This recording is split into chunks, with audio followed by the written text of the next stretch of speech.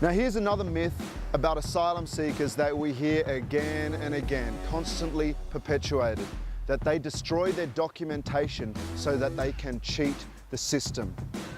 Yeah, a lot of them throw their paperwork away, I know that for a fact. I've heard it, a lot of them do. So they can't go back through their background to see if they're genuine asylum seekers.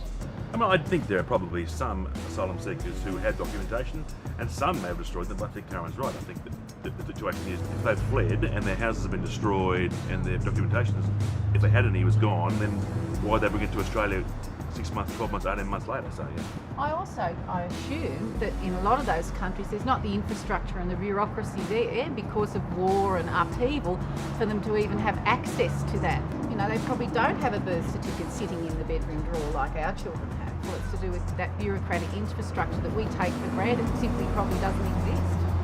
We have obligations that need to be met, irrespective of whether people are turning up without proper papers or whether they're paying to get on boats. We have a legal obligation under that convention to allow people to come to Australia, don't we? The fact is, destroying one's documentation is of no benefit to an asylum seeker. Oftentimes they are forced to flee so quickly that they just don't have the time to get the necessary documentation.